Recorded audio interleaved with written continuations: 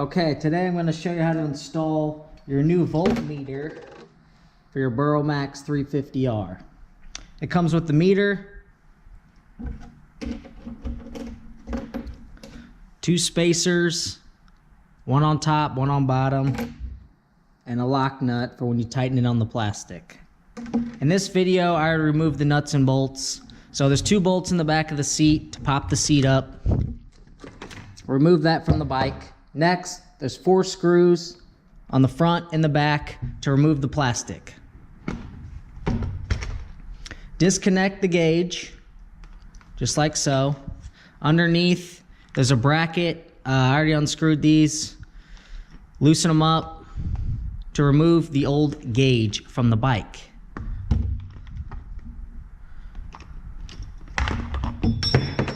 Remove the bracket, throw it to the side, and then pull the old gauge out.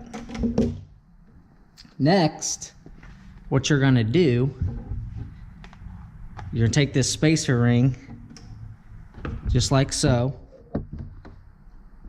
and you're gonna slide it through the gauge, like that. Slide it in, just like so. Then, underneath, you're gonna have these 2 connectors, black and red wire. When you connect to the bike, always make sure the black's with the black and the red's with the red. If not, you can switch these and it'll make the voltmeter work just fine. Next, you're gonna take your next ring, slide it on the bottom. Then you're gonna take your lock nut, slide that on, and tighten it up, just like that. Next, you're gonna set the body on the bike. You're gonna connect the gauge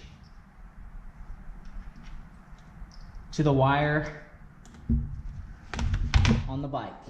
Set it in, put your seat back on, and once you turn it on, once it's connected, it should look something like this. And that's a cool little accessory gauge for your TT350R.